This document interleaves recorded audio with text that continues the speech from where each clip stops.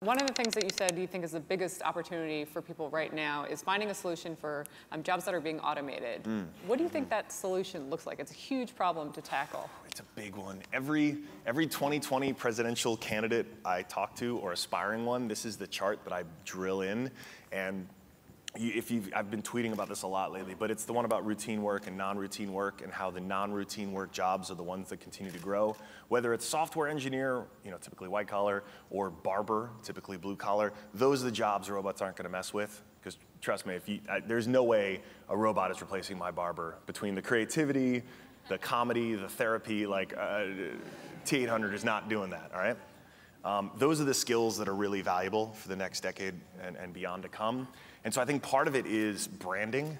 I think part of it is telling a generation, maybe college isn't what you should be doing for that higher ed. Maybe it's the trades. We have plumbing jobs and welding jobs and that are in demand right now, that are not going away, that are actually great paying jobs. We've basically got a generation looking toward a ton of student loan debt and a history degree that won't necessarily get them a job, when really we should be coaching them to say, hey, look, there are other fields where there are directly applicable skills that are going to be valuable even in the AI future.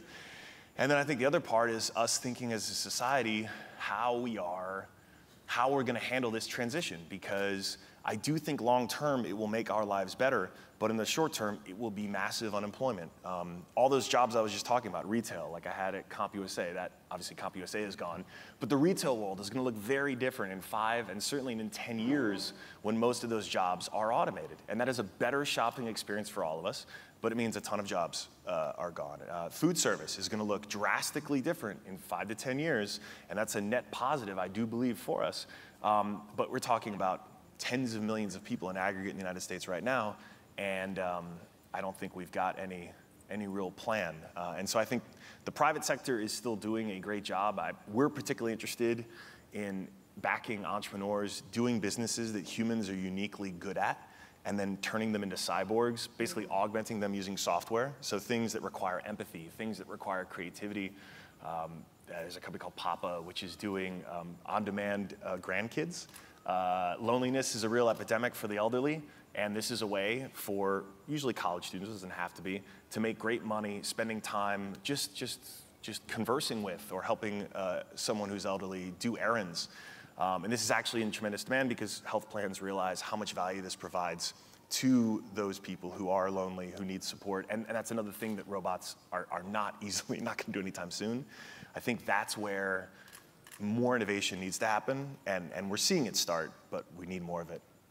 Yeah, I think so. Maybe someday a robot will be able to have empathy like a human can, but that's at least farther off on the horizon. Yeah, and I'm also biased. My sister's a nurse, and the test I always run is, could a robot actually do her job? And the answer is always no. I have no belief that if a robot can get to the point of doing the kind of work that a nurse does, as well as put up with the bull a nurse does, then that robot will make that decision at that point that yes, it is now capable of enslaving us all.